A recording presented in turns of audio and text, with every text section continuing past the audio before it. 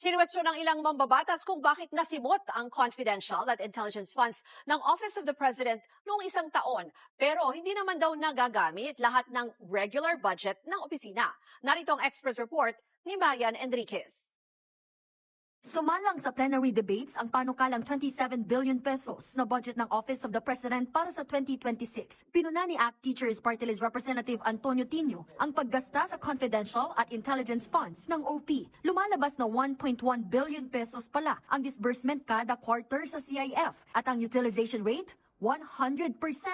Ni isang kusing ay walang natitira po sa cash disbursements.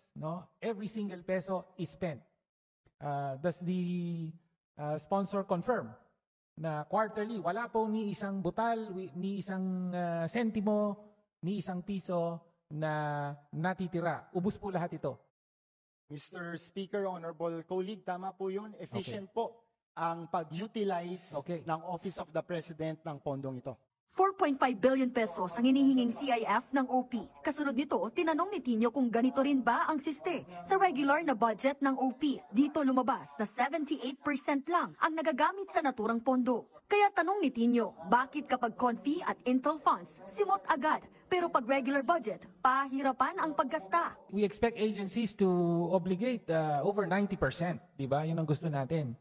So, 78, so. Medyo mababa nga. Bakit pagka CIF, nako, ubos, ni isang sentimo walang natitira. Pero pagka yung regular budget, subject to the normal reporting and accounting procedures of COA, medyo mabagal tayo, 78%.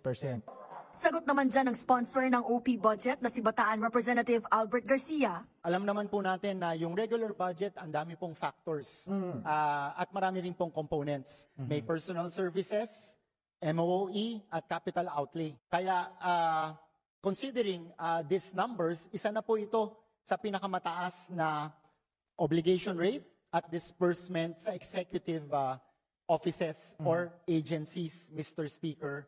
Sunod na tanong ni Tino, saan ba ginagamit ang confi at intel funds ng Pangulo? Sabi ni Representative Garcia, ilan sa mga pinaglalaanan nito ang pagkakonduct ng Presidential Situation Room, Cybersecurity Anti-Terrorism Council, Project Management Center, National Maritime Center at Presidential Organized Crime Commission. Nagbabalita